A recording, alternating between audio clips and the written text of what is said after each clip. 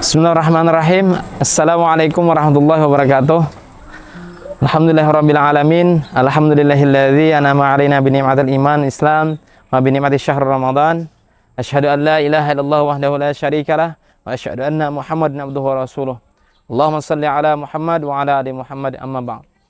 Sobat Al-Khair yang dirahmati Allah Subhanahu wa taala, bagaimana kabarnya pada bulan puasa hari ini?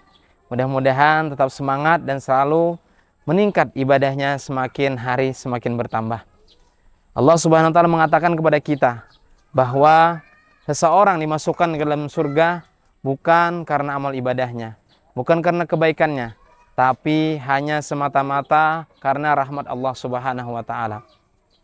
Rahmat Allah Subhanahu wa taala lah yang membuat kita bisa masuk ke dalam surga. Dari sekian banyak kegiatan yang kita lakukan, kita diberi oleh Allah Subhanahu wa taala sama waktu 24 jam dalam satu hari.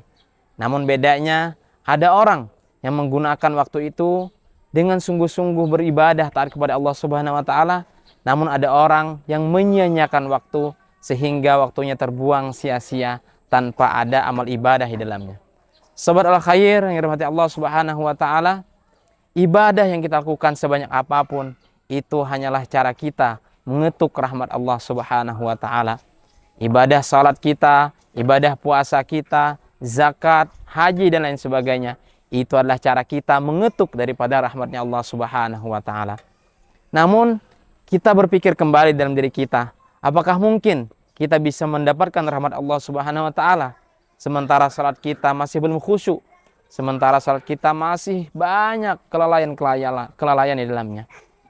Apakah mungkin kita bisa mendapatkan rahmat Allah sementara puasa kita masih menggibah orang lain, masih membuka aib-aib saudara muslim kita?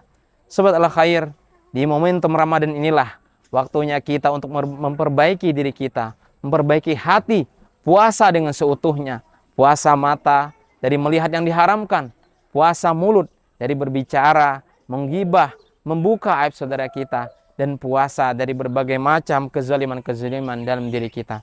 Sobat Al-Khair yang Allah Subhanahu wa taala, may yuridillahu bihi khairan yufaqihu fiddin.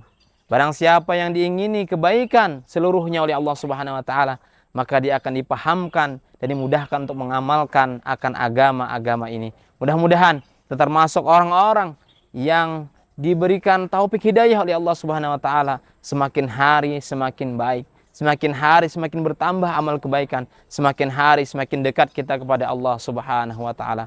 Al-Khair yang dari Allah Subhanahu wa taala, demikian yang bisa saya sampaikan. Mudah-mudahan bermanfaat bagi semuanya. Wallahu muwaffiq ila aqwamit thariq. Assalamualaikum warahmatullahi wabarakatuh.